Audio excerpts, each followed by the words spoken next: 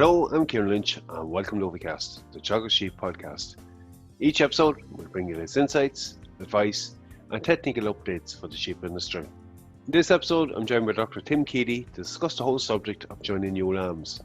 It's a topic of relevance to many sheep producers this year, and we start with Tim presenting results from some of the studies he's conducted in Athenry on joining new lambs. We discussed the effects of ewe genotype and weighted joining on ewe productivity. And Tim outlined some of the key aspects of mating management, including time of joining, duration of the joining period, and the use of the ram effect. We move on to discuss the impact of lamb and ewe lambs of 1 year old on the performance when they lamb at 2 years old and subsequently. Finishing up, Tim highlights the need to correctly manage these ewe lambs over the coming weeks to maintain performance. We start off, however, with Tim discussing the increasing interest in joining ewe lambs this season, as well as some of the common practices we observe on farms. There's a big interest this year, Ciaran, in joining your lambs because there seems to be a good buzz in the sheep trade. The price of breeding stock has increased dramatically compared to other years, both for rams and also for ewe lambs and ewes. As you know, the replacement rate in the national flock is approximately 22%. One of the main costs in lowland sheep production is the price of replacements, and there's two ways of reducing the cost of replacement. Either increase the number of lambs she produces per litter, or increase her lifetime productivity by joining her as a ewe lamb with the objective of having an extra litter before she's culled out of the flock. It's probably something that's often overlooked. It is quite a cost bringing replacements back into the flock. And as you indicated there, if you join them as ewe lambs, you are reducing that cost of carrying them over for the year. That's right, yeah. And also when we do talk about cost, we estimated on average across the lowland sheep production and sheep sector in Ireland that the average cost of a replacement coming into the flock at 18 months of age is equivalent to 25% of the lamb carcass that she will produce during her lifetime. So take an example, for every lamb that is sold for €100, 25 euros of that has already gone to the cost of getting the mother into the flock at the age of 18 months for the first joining.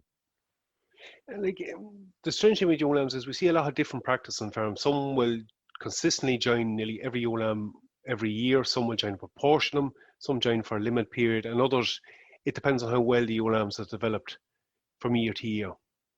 Yes, it is, yeah. And people do it because they want to increase the number of lambs they have for sale next autumn. They do it because they think that their ewe lambs are in a fit condition to join. But also it has to do with where people are sourcing and purchasing their replacements. In a survey that we undertook there recently, we've seen that only 48% of lowland replacements are homebred animals. That means 52% are purchased. And out of people that are purchasing replacements, 11% purchase only ewe lambs. 27% will purchase hoggets, and the rest will purchase a mixture of ewe lambs and hoggets. So that gives you an indication that some people that are purchasing ewe lambs are purchasing with the intention of putting them into lamb. Also, breeding your lambs is a fast way of increasing your flock size and productivity and to hit the road running. So for those that are considering doing it, or those that have done it every year, look, there's a number of factors that will influence output in it. I suppose, Tim, maybe we start firstly, like selecting them replacements that are suitable to join. What are your couple of key criteria we need to look at?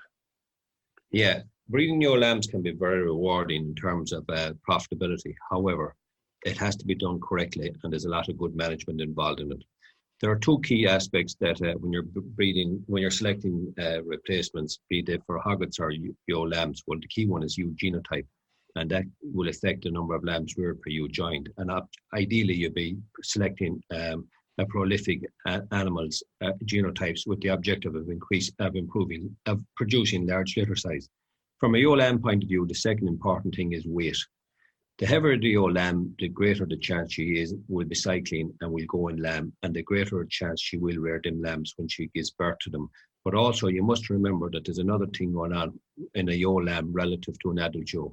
In a ewe lamb during mid-pregnancy and during lactation, she has to grow to reach her mature body weight, whereas mature ewes are already there.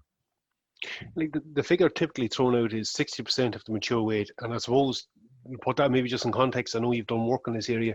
Like there is variation between the different genotypes out there. So that threshold, you often hear 45 kilos thrown out, 50 kilos thrown out. That threshold does change depending on what type of ewe lamb you're bringing in. It does. It changes, and it also changes with the type of genotype, and it also changes with the target that you set for yourself.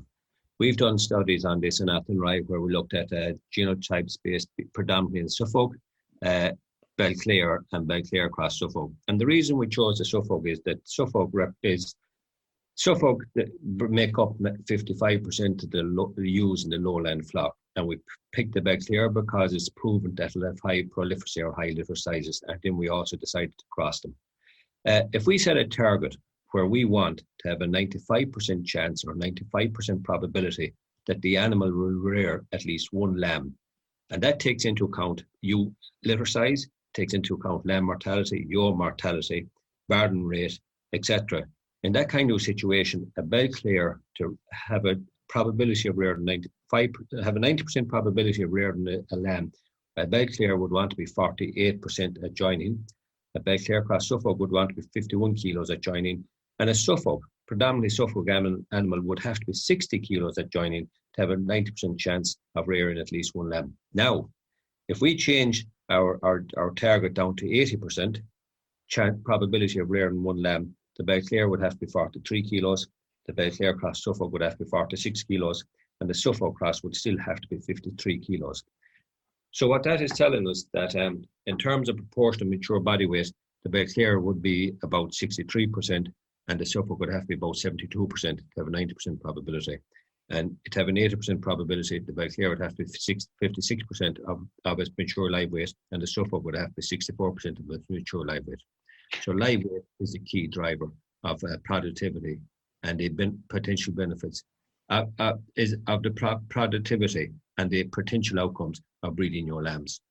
So look, it goes without saying, obviously they need good management from now until the period you're going to join. And it's probably no harm at this point to make an assessment of how close they are to it. And do they need a little bit of extra attention to achieve them target weights? Because obviously they have a huge impact on it. Tim, like the other aspect that comes in that whole mating management, whether it be time of joining, period of joining, and other factors such as the ram effect, to maybe improve your chances or improve your pregnancy rate in them ewe lambs. Maybe just for a few moments, will you take us through some of them key issues? Yes, Ciaran. In terms of time of joining, firstly, that depends on your own flock and labour, your own flock situation and labour supply. Some farmers like to lamb the ewe lambs after the main flock have lambed. The disadvantage is you have a very protracted lambing period. There's a lot of labour required, and it can be getting very tiring, and you may lose focus towards the end of the ewe lambs and have losses. Some people like to lamb them in the middle or into this last third of the main flock lambing. The advantages here is that the lambing pens will be beginning to be vacated by the main flock. You still have got a lot of herding going on in the shed or a lot of supervision at night, and you can take the two flocks in together. But more importantly, it shortens your lambing period. If you want to adopt lambs from the ewe lambs onto adult ewes, you still have opportunities. You can wean all the animals approximately on the same day, main weaning day, and it gives the ewe lambs an opportunity during the dry period to put on condition and get ready for joining at 18 months of age. You asked there about mating management. Mating management, I would recommend the ram effect, particularly for small flocks. And the advantage of the ram effect is that all lambs will have an overt estrus during the first 17 days of the breeding cycle. Normally, if you just take your lambs that haven't been exposed to a ram, then maybe 60% of them may only express an overt estrus during the first 17 days. Consequently, you're going to protract your lambing period, or you're going to reduce the number of lambs that are going to become pregnant if the rams are removed after a set period of time. So by all means, I would use the ram effect. So it's also recommended, if using the ram effect, that you should have the animals out of sight and smell of the adult rams for at least a month in advance. But I wouldn't be too worried about that. My objective is to make sure that the ewe lamb will cycle at least once during the first 17 days of the joining period. If they're all cycled together, it puts an awful lot of lambing during a short period of time, where if they cycle different times, then it spreads it out. If you want to do the ram effect and to be very effective at it, you have to introduce an adult ram with the lambs. And what we would do is we'd put an apron on the ram, let them out with them for 24 to 48 hours. So we put them out on day 1, we take them back on day 2. On day 14, we let out the mature fertile rams. We let out fertile rams with the ewe lambs. And the objective of letting them out at day 14 is if there's any animals already in cyclicity, the ram will pick them up. Normally, you don't expect cyclicity to occur for 17 days. Your main mating period will occur on day 19. You'll have another big peak in mating at day 23. And what we found that in our studies at Athenry, we got 62% of the ewe lambs to lamb in a 2-week period, and we got 84% to lamb in a 3-week period. So that shows that the ram effect will definitely compact your lambing season and get a lot of your lambs lambed in the first 2 to 3 weeks. Also, it means that if you extend the joining period for an extra week, that you'll get a lot of the lambs coming back and being bred during the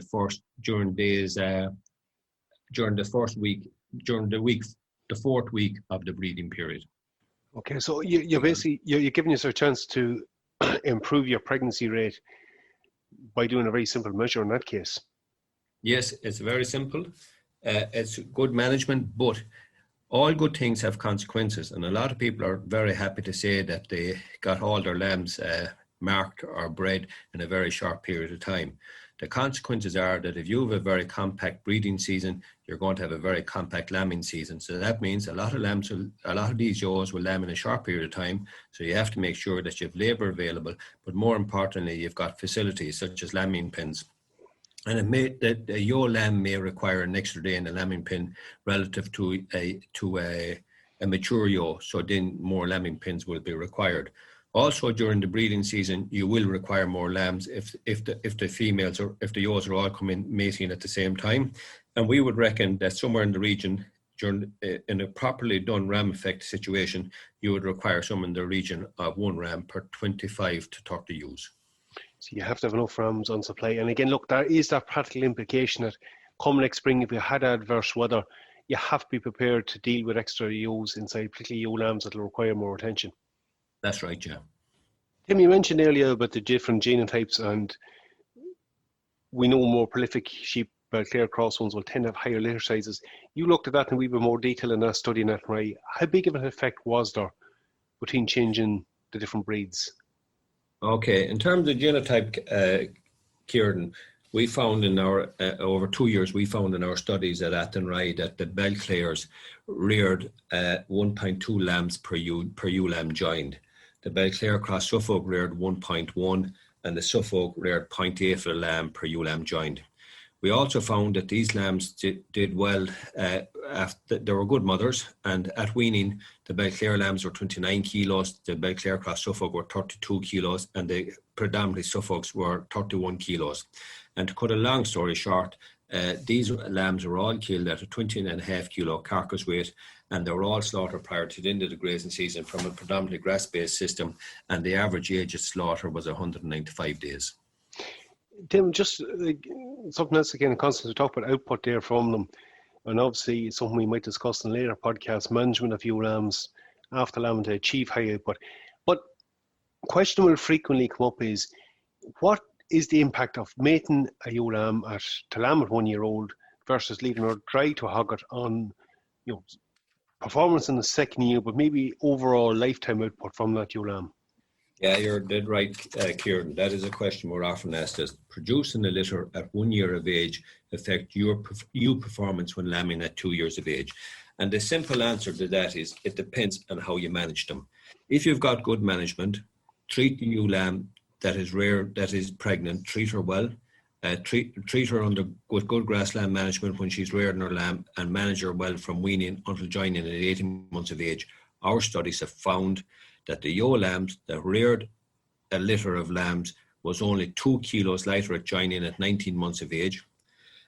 During the subsequent breeding season, when lambing at 2 years, whether they had produced a lamb or not as a ewe lamb, it had no negative effect on litter size, no negative effect on the number of lambs reared per ewe joined, no effect on lamb birth weight, but the ones that had previously reared a ewe lamb, their progeny were about 0.5 of a kilo heavier at weaning.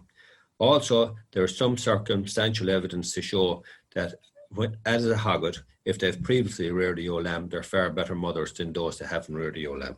Just like the one other aspect of that will be asked is, do you need to keep a few more replacements each year on the basis that, look, you're likely to cull more during that first year's lambing? That is a question that's asked, and I can only go by the evidence that we have from our study at Athenry, and we found from our study at Athenry, when we're joining them at 18 months of age, we joined similar amounts. But that is year dependent as well, and it can be dependent on not whether you hit mastitis in poor weather conditions, so you may have to keep 1 or 2% extra. It's going to be a seasonal effect in that case.